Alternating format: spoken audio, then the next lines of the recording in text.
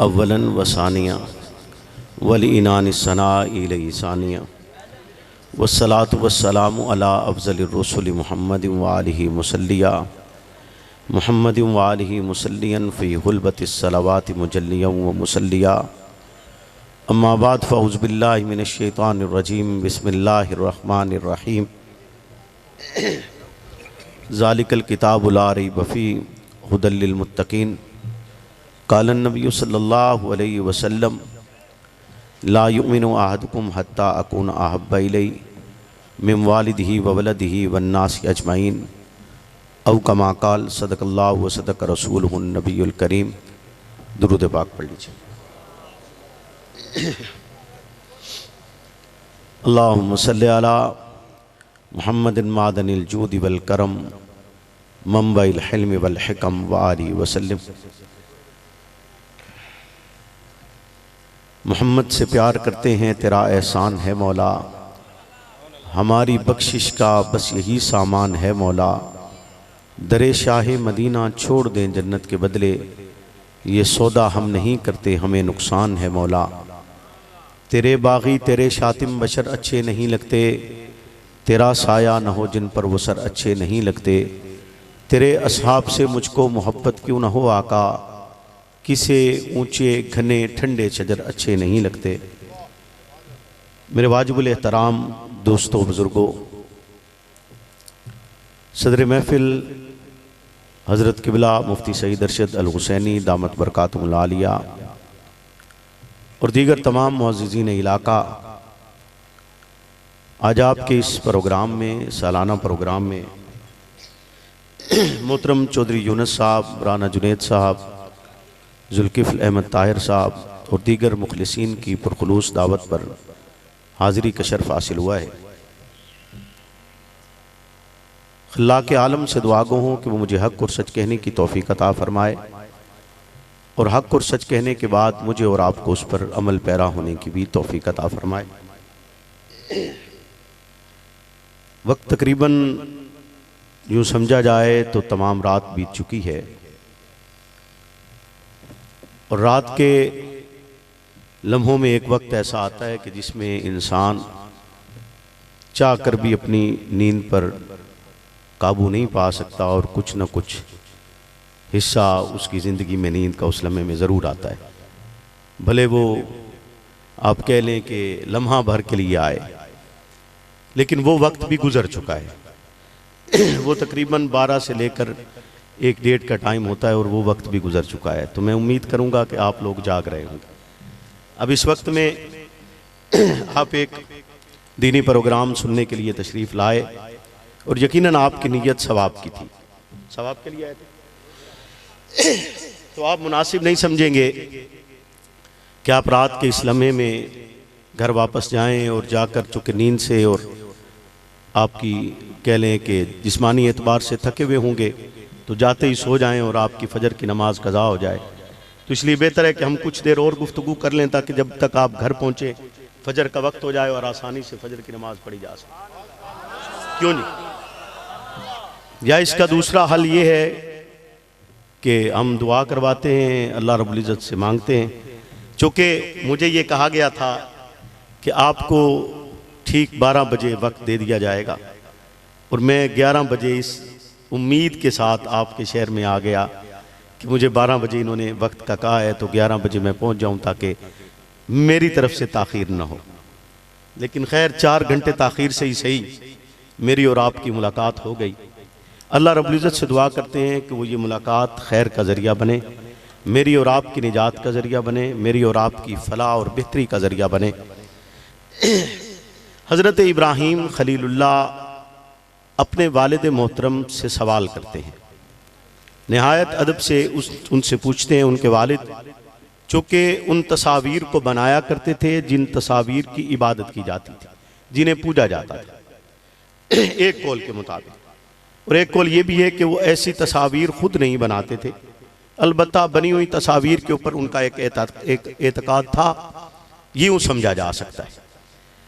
तो उस एतकाद के मुताबिक वो उसकी इबादत करते हों या उन्हें मानते हों या उनको तस्लीम करते हों या जो भी उस ज़माने की उनकी बात थी।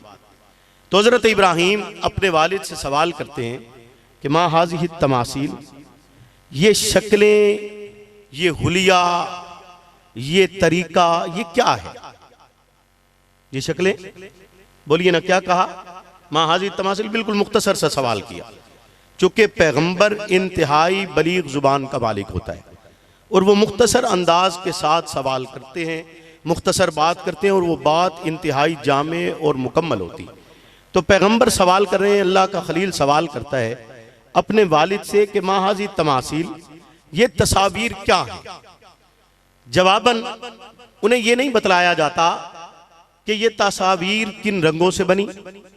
जवाब में ये भी नहीं आता कि ये तस्वीर मुकद्दस शख्सियात की हैं। जवाब में ये भी नहीं बतलाया जाता कि ये तस्वीर बज़ात खुद अपने अंदर एक कमाल ये रखती हैं कि इनकी इबादत की जाए तो फिर ये देती हैं, अता करती हैं। अगर जो भी अकीदा और नजरिया एक बुत परस्त का होता है, बजाय इसके ये बयान करने के वो इसी सवाल से समझ गए कि ये जो सवाल किया जा रहा है कि आपकी ये तस्वीर, इनका मकसद क्या है, ये क्या चीज़ है, इसको क्या कहा जाता है, ये क्या इनका मकसद क्या है। ये सवाल करने से ही वो समझ गए कि मेरा बेटा आबा के दीन पर नहीं रहा, आबा के दीन पर नहीं रहा। इसका सवाल बतलाता है कि इसका यकीन इन तस्वीर पर नहीं है। इसका सवाल बतलाता है कि ये बुत परस्ती का कायल नहीं है। तो जवाबन ये नहीं कहा गया कि उसके सिलसिले में कोई हुज्जत पेश करते, कोई दलील दी जाती, बल्कि जवाबन कहा कि आप मेरा घर छोड़िए वरना मैं आपको पत्थर मार मार के आपको कत्ल कर दूंगा। आपके लिए दो ही ऑप्शन है कि या आप मेरा घर छोड़ सकते हैं, दूसरे लम्हे में आपको मौत को अपनाना होगा, तीसरा कोई ऑप्शन आपके लिए बाकी नहीं बचा। यानी कुफ्र के सामने अपने इस मकसद को साबित करने के लिए कोई दलील, कोई सबूत, कोई उन्वान मौजूद नहीं था जिससे वो कायल कर सकता कि हाँ इन तस्वीर का ये मकसद और ये मुद्दा है। बल्कि ये कहने की बजाय वो आपसे ये कहते हैं, जवाबन ये कहते हैं कि आप मेरा घर छोड़ दीजिए, अगर आप छोड़ते नहीं हैं तो मैं आपको इतने पत्थर मारूंगा जिसके जवाब में आप इस दुनिया से रुखसत हो जाएंगे। हजरत आजर, उस लम्हे में आजर के साथ मैंने हजरत का लफ्ज इसलिए इस्तेमाल किया है क्योंकि वो एक तो हजरत इब्राहीम के वालिद हैं, दूसरे वो उस सिलसिला नसब का हिस्सा हैं जो सरकार दो आलम सल्लल्लाहु अलैहि वसल्लम का सिलसिला नसब है। और लफ्ज हजरत का मतलब कोई ये ना समझा जाए कि उससे मुराद कोई ईमान होता है। लफ्ज हजरत बतौर एहतराम बोला जाता है, इंसानियत के एहतराम के लिए उसको हजरत का लफ्ज इस्तेमाल किया जाता है। तो वो जवाबन कहते हैं कि जाइए, चले जाइए। फिर भी पैगंबर जवाब में कोई ऐसा जुमला कहे बगैर, कोई ऐसी दलील दिए बगैर, अब एक तरफ एक शख्सियत ऐसी मौजूद है जिसके लिए वालिद को पता है कि अब ये अपने नजरिए को तब्दील नहीं करेगा और ये जो सवाल कर चुका है ये सवाल ऐसा सवाल है जिससे कुफ्र छुपता चला आ रहा है कि ये बुत क्या देते, ये चीजें जिनकी तरफ आप इशारा करके तलब कर रहे हैं ये आपको कुछ नहीं दे सकती। महज आप इनकी शक्लो सूरत से अपने दिलों को जाहिरन इत्मीनान में मुब्तला कर रहे हैं कि आपके सामने आपका खुदा किसी शक्ल में मौजूद है और आपने उसको एक अमली शक्ल देकर उसको अपना मुश्किल कुशा तस्लीम कर लिया है। लेकिन हकीकतन ये चीजें आपको कुछ दे नहीं सकती। ये सवाल जिन दिलों में जहां गुज़ी हुआ है, फिर बातिल का जवाब उनके लिए यही रहा है कि आपको रास्ते से हटाया जाएगा, आपको खत्म किया जाएगा, आपको कत्ल किया जाएगा। इसके अलावा उनके पास कोई और जवाब बाकी नहीं बचता है, कोई दलील बाकी नहीं बचती। इब्राहीम घर छोड़ते हुए फिर अगले अल्फाज ये अदा करते हैं और कहते हैं कि मैं आपके लिए अपने रब से इस्तिग़फ़ार करूंगा, कोशिश और दुआ करूंगा कि शायद आप ईमान की तरफ लौट आए, आप साहिब ईमान हो जाएं, एक खुदाए वहदहू ला शरीक को तस्लीम कर लें। याद रखिएगा, किसी भी जमाने में जो नबी और पैगंबर मौजूद होते हैं उससे ज्यादा आलिम और फाजिल उस जमाने में कोई फर्द मौजूद नहीं होता। दूसरे नंबर पर सिर्फ आलिम और फाजिल होने की हैसियत से नहीं बल्कि हुस्न के एतबार से भी उस जमाने में उससे बेहतर शख्स, उससे ज्यादा खूबसूरत कोई और फर्द मौजूद नहीं होता। हजरत इब्राहिम खूबसूरत भी हैं, हजरत इब्राहिम आलिम और फाजिल भी हैं, हजरत इब्राहिम सीरत और किरदार में भी बेहतरीन और आला है। हत्ता कि मैं अगर बात करूं तो बेजा नहीं है, और ये एक सच है। रिसालत पना इरशाद फरमाते हैं कि मुझसे लेकर आदम तक मेरे नस्ब में एक फर्द भी ऐसा नहीं आया जिसने जिंदगी में कभी ऐसी बेरारवी इख्तियार की हो जिसे जिना से ताबीर किया जाता है। यानी कि हजरत इब्राहिम का वालिद भी एक पाकबाज शख्स था जिसने कभी ऐसी बेरारवी इख्तियार नहीं की है जिसको आप जिना से ताबीर करते हैं। तो हजरत इब्राहिम का वालिद जवाबन अपनी बात पर डटा हुआ है। हजरत इब्राहिम उससे मुख्तसरन ये कहकर आगे रवाना होते, अपने इलाकाई माहौल की तरफ बढ़ते, अपने जमाने का खूबसूरत तरीन फर्द और ऐसा फर्द जिसने अपने वालिद के साथ एक तवील जिंदगी बसर की है। और जब उसके लिए नबुव्वत का ऐलान होता है, ऐलान के साथ ही जब वो अपने वालिद से कहते हैं माहाज़ी तमासील, ये तस्वीरें आपको क्या देती हैं, इनका मकसद और मतमा नजर क्या है, तो वही वालिद जिसने सारी जिंदगी इब्राहिम की सच्चाई, इब्राहिम की दयानत, इब्राहिम का सिद्क, इब्राहिम का हुस्न जमाल, इब्राहिम का किरदार, इब्राहिम का इल्म और फजल अपनी आंखों से देखा था और उस पर यकीन रखा था, और अपने बेटे के खूबसूरत और बेहतरीन होने का उसे कामिल यकीन था। वही वालिद कहते कि या तो आप मेरा घर छोड़ सकते हैं या फिर आपको जवाबन कत्ल किया जाएगा। इब्राहिम अपना घर छोड़ते, किस लिए छोड़ते? ईमान के लिए छोड़ते। इब्राहिम घर और कुंबा छोड़ते, ईमान के लिए छोड़ते। वालिद छोड़ते, ईमान के लिए छोड़ते। अगरचे वालिद काफिर भी क्यों ना हो, तब भी तलकीन यही है कि आप जवाबन सख्त बात नहीं कर सकते। इब्राहिम सख्त जुमला कहे बगैर अल्फाज अदा करते हुए निकल जाते हैं, कहते हैं आपके लिए दुआ करूंगा, अल्लाह आपके लिए आसानी का रास्ता बनाए और आप हिदायत की तरफ लौट आए। इब्राहिम जाते लेकिन ये पैगाम देते कि इस दुनिया में सबसे कीमती तरीन मता, सबसे कीमती तरीन चीज, सबसे कीमती तरीन सरमाया वालिदैन से बढ़कर हो, औलाद से बढ़कर हो, जाए पैदाइश से बढ़कर हो, कुंबा कबीला से बढ़कर हो, घर बार से बढ़कर हो। अगर कोई शे है तो उस शे को ईमान कहा जाता है। ईमान वो वाहिद ऐसी चीज है जिसके लिए कायनात की हर एक शे को कुर्बान किया जा सकता है। बच्चे कुर्बान किए जा सकते हैं, वालिदैन छोड़े जा सकते हैं, वतन तर्क किया जा सकता है, कुंबा कबीला छोड़ा जा सकता है। और इसी सुन्नत पर अमल पैरा होते हुए मोहम्मद रसूलुल्लाह की मुकद्दस जमात ने घर बार और वतन छोड़े, कुंबा कबीला छोड़े, अबाब दोस्त छोड़े, रिश्तेदारियां छोड़ी, अपने दोस्त अबाब छोड़कर जिला वतनी को इख्तियार किए, मक्का जैसा बेहतरीन वतन छोड़े, मक्का जैसा तिजारती मरकज छोड़े, मक्का जैसा उकास का बेहतरीन बाजार छोड़े, मक्का जैसा अल्लाह का वो घर जिसको इस धरती पर रब का पहला घर होने का एजाज हासिल है, उस घर की मैयत और उस घर का साया छोड़े। लेकिन मोहम्मद अरबी के पैगाम के साथ, मोहम्मद अरबी के ऐलान के साथ, मोहम्मद अरबी के नजरिए के साथ, मोहम्मद अरबी के कास के साथ और आपके शाना बशाना उन्होंने हरकत की है, चले हैं अपना सब कुछ कुर्बान करके, सब कुछ निछावर करके यही पैगाम दिए कि ईमान से बढ़कर इस कायनात में कोई शय नहीं है। ईमान से बढ़कर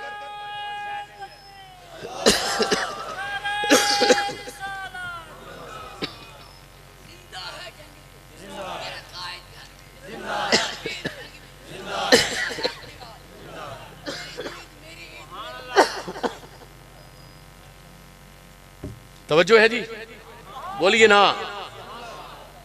रिसालत पना कुरान मजीद की एक आयत मुबारक है जिसमें अल्लाह रब्बुल इज्जत इरशाद फरमाते लअल्लक बाखिउन नफ्सक, ऐ पैगंबर क्या आप अपनी जान को खत्म करना चाहते हैं? इस जुमले में दो चीजें मौजूद हैं। पहली मौजूद है, पहले अगर अंदाज से आप देखिए तो यूं समझा जा सकता है कि अल्लाह आपकी फिक्र करते हुए आपसे कहते हैं कि आप इस हद तक जा रहे हैं कि आप अपनी जान तक देना चाहते हैं, अपनी जान तक देना चाहते हैं ईमान के लिए, कि लोग किसी तरह ईमान ले आए और दूसरी सूरत में पैगंबर की मनकबत की जा रही है, तारीफ की जा रही है, आपकी मदह की जा रही है कि हुजूर आप ईमान के लिए इतने पुरजोर हैं, आप ईमान के लिए इतने मेहनती हैं, आप ईमान के लिए रब के दीन के लिए आप इस हद तक कोशा हैं कि आपने अपनी जान का, अपने सुकून का, जिंदगी के लम्हात का भी एहसास तक नहीं करते आप, और आप अपने आप को हम वक्त ईमान के लिए लगाए हुए। रब कहते हैं मिलेगा उसे ही जिसे रब पसंद करेगा, रब कहते हैं मिलेगा उसे ही जिसका कल्ब व जिगर इस्लाम के लिए पसंद किया जाएगा, मिलेगा उसे ही जो रब की बारगाह में चुना गया है। रब जिसको चुन चुन के आपके पास लाएगा वही कहेगा अशहदु अल्ला इलाहा इल्लल्लाह व अशहदु अन्ना मुहम्मदन अब्दुहु व रसूलुहु। इसके अलावा कोई फर्क, आप भले कोशिश कर ले, आप भले जितनी मर्जी मेहनत कर ले, लेकिन आएगा वही जिसे रब लेकर आएगा, आपकी मेहनत से नहीं आएगा। आप एक तरफ अपने चचा पर मेहनत करते हैं, ईमान नहीं लाते, दूसरी तरफ हबशा से चलकर बिलाल आपकी बारगाह में आता है और ला इलाहा इल्लल्लाह का विरद करता है, और फिर ऐसा डट जाता है कि उसे तपते हुए सहरा में उसके सीने पर गर्म पत्थर रखे जाते हैं, उसकी पीठ को अंगारों से जलाया जाता है, लेकिन उसकी जुबान जो अल्फाज आपसे सीख चुकी थी वो अल्फाज बोलती रही, आपको पुकारती रही, हत्ता के अपने आप को उन्होंने आपकी जात के लिए कुर्बान किए, मेहनतें किए, फिक्र किए, लेकिन ईमान को किसी लम्हे में भी तर्क नहीं किया। और रिसालत बनाने ईमान के लिए इस दर्जे मेहनत की कि वादी अरब का कोई पत्थर ऐसा नहीं जो रिसालत बना के मुकद्दस वजूद पर बरसाया न गया हो, लेकिन हुजूर के रास्ते में कांटे बिछे तब भी तबलीग नहीं छोड़ी, हुजूर के रास्ते में गालियां आई तब भी तबलीग नहीं छोड़ी, आप पर तान किया गया तब भी तबलीग नहीं छोड़ी, आप पर इल्जाम तराशी हुई तब भी तबलीग नहीं छोड़ी, आप पर पत्थर बरसाए गए, हत्ता कि आपके नालेने मुबारक लहू से रंगीन हो गए, तब भी रिसालत बनाने दीने मतीन की तबलीग को तर्क नहीं किए, इलाहे कलिमतुल्लाह के अल्फाज को तर्क नहीं किए। हत्ता कि वो वक्त आया कि आपको अपने इब्राहिम की सुन्नत पर अमल पैरा करते हुए आपको वतन छोड़ना पड़े, लेकिन मोहम्मद अरबी ने अपना पैगाम नहीं बदला, वतन छोड़ दिया है। पैगाम नहीं बदला, पैगाम नहीं बदला, लेकिन वतन, बोलिए ना, वतन, वतन छोड़ दिया, खुद को कुर्बान किया। बोलिए ना कि अल्लाह कह रहे हैं अल्लाह का बाकी नफ्स, आप खुद को कुर्बान कर देंगे। ऐ नबी थोड़ा ठहर जाइए, थोड़ा ठहर जाइए, इस हद तक मत जाइए। लेकिन जो कल्ब व जिगर रब ने इस्लाम के लिए पसंद किया, वही कल्ब व जिगर ईमान लेकर आया, वही कल्ब व जिगर ईमान लेकर। चोरी साहब सोना नहीं, थके हुए हो तो समझ पता है क्यों जी, जाग के क्यों जी, तवज्जो है, क्योंकि मैं असल मुद्दा आल जा रहे हैं, मैं असल मकसद की तरफ पढ़ने लगा हूं, और उस मकसद की तरफ जाते हुए आपका जागते रहना जरूरी है। बोलिए ना, आपका जागते रहना जरूरी है। पैगंबर के साहबा ने ईमान छोड़ा, बोलिए ईमान छोड़ा, तकलीफ जितनी आई ईमान, बोलिए ईमान नहीं छोड़ा। जिस हद तक वक्त गुजरता चला गया, जिस हद तक वक्त गुजरता चला गया, लेकिन मोहम्मद अरबी का कोई भी सहाबी आपका दामन छोड़कर नहीं गया है, आपका दामन छोड़कर, बोलिए आपका दामन छोड़कर नहीं गया, हत्ता कि उसे कोई भी कुर्बानी पेश करना पड़ी तब भी आपका दामन छोड़कर नहीं गया। एक सहाबी सामने मौजूद है, पीछे सरकार खड़े, काफिर हमलावर होता है और हमलावर होकर कहता है कि रास्ते से हट जाओ नहीं तो कत्ल कर दिए जाओगे, और हम तेरे महबूब तक पहुंचना चाहते हैं। वो जवाबन कहते हैं कि कत्ल और सरकार की जात तक, आपकी जात तक तलवार का पहुंचना, हम तो आपकी जात तक कांटा भी बर्दाश्त नहीं करते, तलवार तो दूर की बात है। वो मुकद्दस जमात के सरकार गज़वे की नीयत से, जंग की नीयत से, तबलीग के लिए नहीं, हज और उमरा की नीयत से नहीं, तिजारत की गर्ज से नहीं, जिहाद की गर्ज से, गज़वे की वजह से आप मदीना तैयबा से निकलने लगते हैं। आपका काफिला आपके हमरा है। इतने लम्हे में एक सहाबिया खातून आती हैं, वो सामने से आ रही हैं, तो उसका लखते जिगर दूध पीता हुआ बच्चा, शीरखार बच्चा उनके सीनों से लगा हुआ है। वो सरकार की बारगाह में आते हैं तो वो बच्चा सीने पर नहीं रहता, उठाकर इस तरह दोनों हाथों पर बुलंद करके रिसालत पनाह के सामने करती हैं। रिसालत पनाह की बारगाह में पेश करके इसलिए नहीं पेश किया कि हुजूर दम कर दीजिए, इसलिए नहीं पेश किया कि हुजूर बच्चा पैदा हुआ है तो इसके कानों में आजान दे दीजिए, इसलिए पेश नहीं किया कि हुजूर इस लखते जिगर का कोई नाम रख दीजिए कि आपकी जुबान मुकद्दस से अल्फाज निकलेंगे, आप नाम रखेंगे, यकीनन ये ईमान पर कायम रहेगा। नहीं नहीं, वो खातून दम करवाने नहीं आई थी, वो नाम रखवाने नहीं आई थी, वो अजान दिलवाने नहीं आई थी। वो सहाबिया खातून कहती है कि अल्लाह के नबी, मैं तो आपके हमरा इस गज़वे में नहीं जा सक रही, लेकिन ख्वाहिश ये रखती हूं कि मेरा ये लखते जिगर अपने हमरा ले जाइए। सरकार कहते हैं किस लिए ले जाऊं, ये जाकर दुश्मनों से जंग लड़ सकते हैं, ना ये तलवार पकड़ सकते हैं, ना तीर चला सकते हैं, ना मरीजों की दाद रसी कर सकते हैं, ना ये सामान सफर को अपने साथ ले जा सकते हैं। गर्ज ये किसी भी हवाला से जंग के उस मैदान में काम नहीं आ सकता। तो उस सहाबिया खातून ने वो तारीखी अल्फाज अदा किए जिनका नेमल बदल इस कायनात में कोई अदा नहीं कर सकते। वो खातून कहती है अल्लाह के पैगंबर, मेरा ये लखते जिगर हमरा ले जाइए। किसी लम्हे में अगर दुश्मन का तीर आपकी तरफ आते है, इसे बतौर ढाल इस्तेमाल कीजिएगा। दुश्मन की तलवार आती है, इसे बतौर ढाल इस्तेमाल कीजिएगा।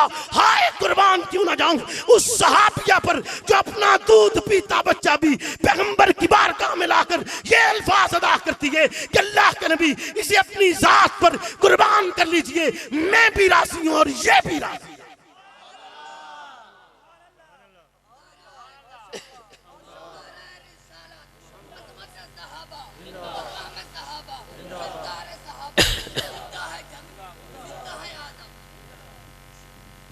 तीन सहाबी थे, थोड़ी गफलत हुई कि खजूर की फसल पक के तैयार हो गई, थोड़ी गफलत हुई है, इरादतन नहीं था।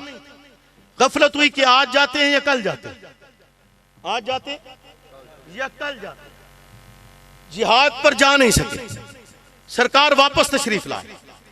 अब गफलत उनकी नहीं, थोड़ी गफलत हुई, लेकिन इरादतन न सरकार से दूर थे, न इरादतन जंग से खाइफ थे, ना जंग से खाइफ थे, ना उन्हें अपनी जानों से कोई प्यार था। सरकार के पास आए, सरकार ने चेहरा अनवर फेरा, तवज्जो करनी है मेरे गल, हुजूर ने चेहरा फेरा कि क्यों तुम आए, क्यों नहीं आए? उनके ईमान पे शक नहीं है, तवज्जो करनी है गल, उनके ईमान पर शक, ईमान पर शक नहीं है, उनके किरदार पर भी शक नहीं है। पता है थोड़ी गफलत हुई, ये मैदान में पहुंच नहीं सके, सरकार ने रुख फेरा। अब तवज्जो करनी है, हुजूर ने रुख फेरा, आपके रुख फेरते ही सहाबा जितने उस जमाने में मौजूद थे सब ने रुख फेर लिया, सब ने रुख फेर लिया। दोस्तों ने रुख फेरा, रिश्तेदारों ने फेरा, घर लौटे बच्चों ने चेहरा फेर लिया, बच्चों ने चेहरा फेर लिया। अपनी अज़वाज के पास आए, उन्होंने भी चेहरा फेर लिया कि अब जब तक तुम्हें सरकार नहीं बुलाते हम तुमसे बात नहीं करेंगे, सरकार नहीं बुलाते तो हम तुमसे बात नहीं करेंगे।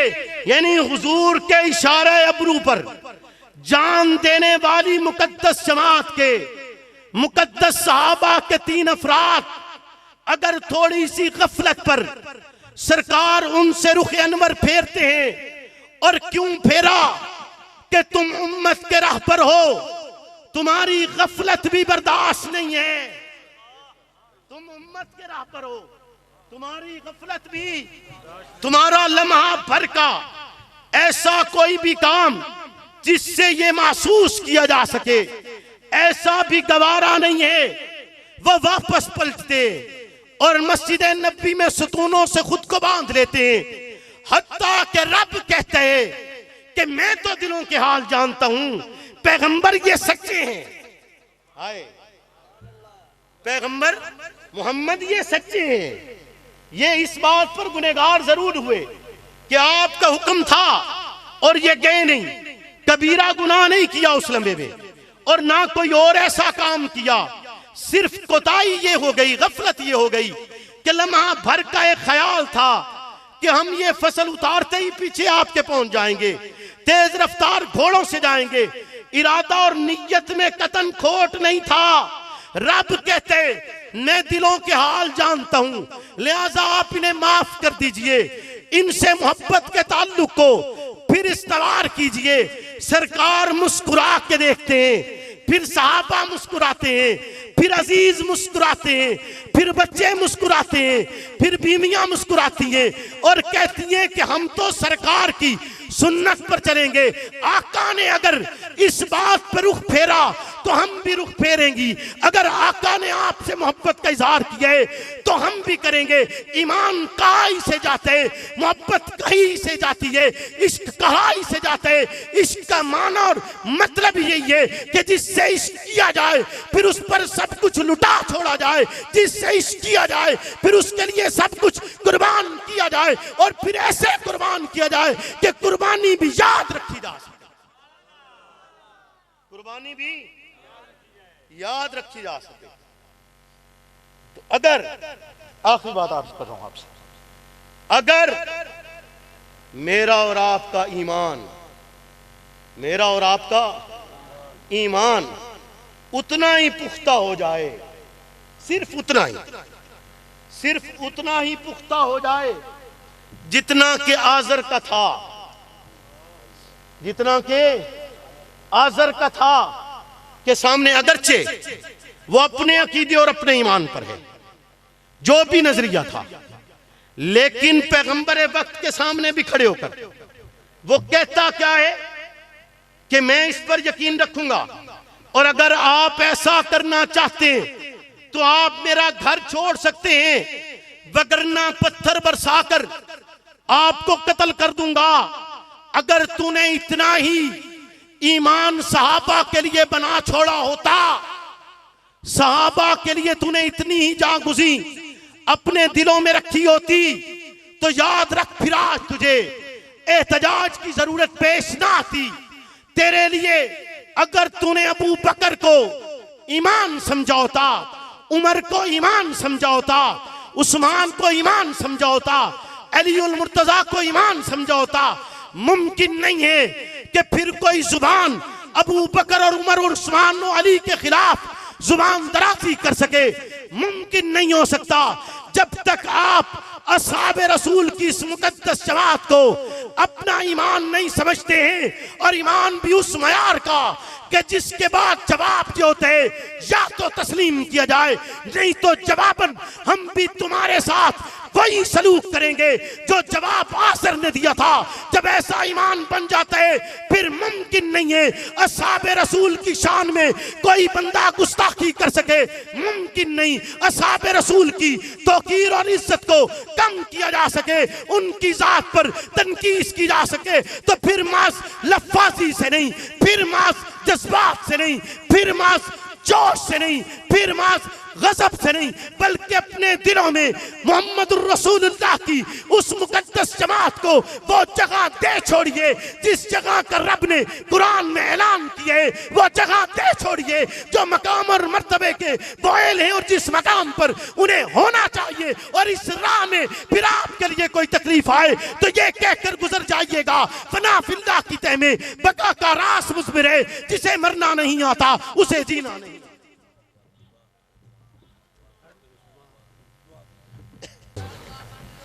अल्लाहुम्मा बारिक अला मुहम्मद व अला बारिक अला मुहम्मद व अला।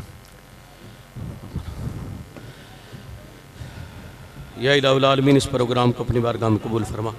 या इलाहुल आलमीन जिन्होंने इसका इंतज़ाम किया उनके इंतज़ाम को अपनी बारगाह में कबूल फरमा। या इलाहुल आलमीन जिन्होंने इसके लिए मुआवनत की और जो अहबाब इस प्रोग्राम में शिरकत के लिए तशरीफ़ लाए, या इलाहुल आलमीन उसके माल में बरकत अता फरमा, इज़्ज़त में बरकत अता फरमा। या इलाहुल आलमीन उनके घरों में बरकत अता फरमा। या इलाहुल आलमीन ज़िल्लत किल्लत और इल्लत से महफूज फरमा, शरीरों के शर और हसदों के हसद से महफूज फरमा, हर खैर अता फरमा, हर शर से हिफाजत फरमा। या इलाहुल आलमीन हमारे मुल्क पाकिस्तान की हिफाजत फरमा, इसकी सरहदों की हिफाजत फरमा, सरहदों की हिफाजत करने वालों की हिफाजत फरमा, इसके शहरों की हिफाजत फरमा, शहरों की हिफाजत करने वालों की हिफाजत फरमा। सल्लल्लाहु ताला